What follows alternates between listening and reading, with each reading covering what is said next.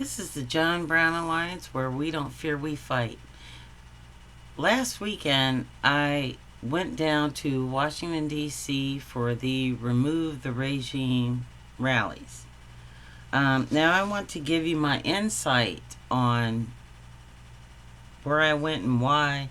And this is going to be a series, obviously, because I've been in this area for quite some time. Now, a lot of black people would have shown up to that rally if not for this, if not for what I'm about to talk about. Now, on Thursday, I turned on my television to YouTube, tuned in to the already underway rally, and I happened to catch the speech by Al Green. And I had a particular problem with that. And I went down there to support Cliff Cash and Cliff Cash only, because I believed in his, movement. And it is a movement. And it has a lot of followers. However, you have to understand that people of all colors are put off by statements that are generations deep in their meaning.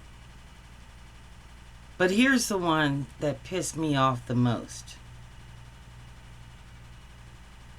Al Green, with all due respect, he's an older man, got on stage and said, and I quote,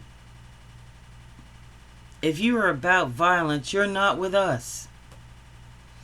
And then he particularly mentioned revolution and what some say about revolution. Let's make something clear.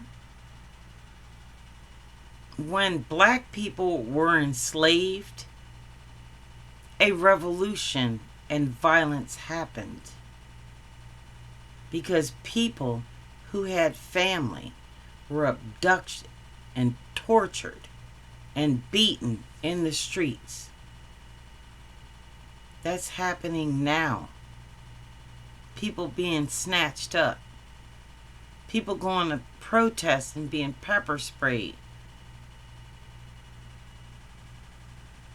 And their family members being carted away and unalived. There are veterans abused in the streets by ICE agents, and in some cases, local police. Now, this is Washington, D.C. Anyone who comes here, gets a permit, or is an elected official, is a guest. I have lived many places in my life, but most of my time has been spent here, and this is my home, not yours. So you don't get to tell me that if I come into the street and support your cause, that I have to sacrifice my body for you to get clips on YouTube.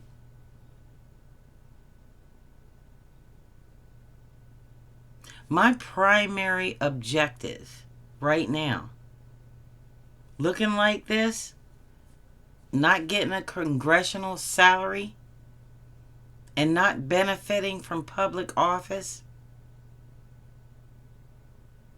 my primary objective is survival.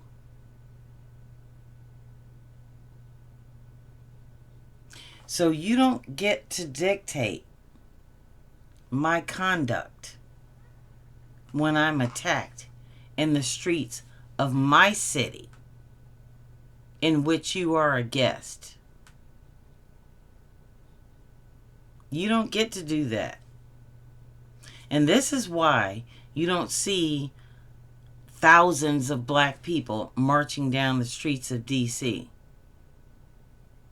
Now I understand why certain groups of black people say this is not your fight. Because at every turn, when black bodies are on the line or conscripted to turn out numbers, all we get is lectured about what we need to do. What you need to do is separate. Because a certain segment of society is tired of this bullshit.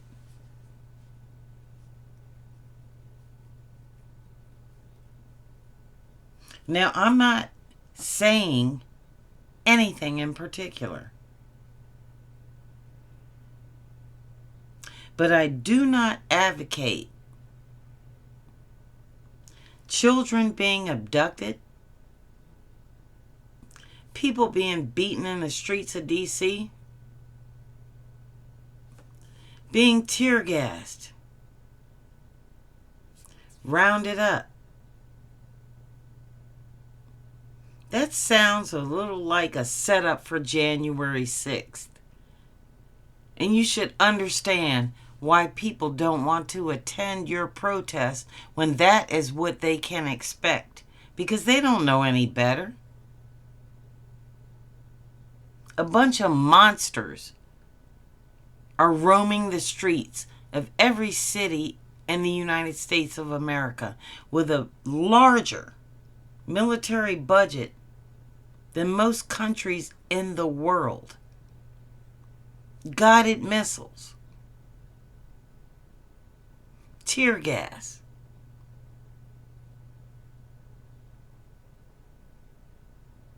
and chemical warfare, brand new vehicles at the tune of millions of taxpayer dollars. And you ask us to lay down.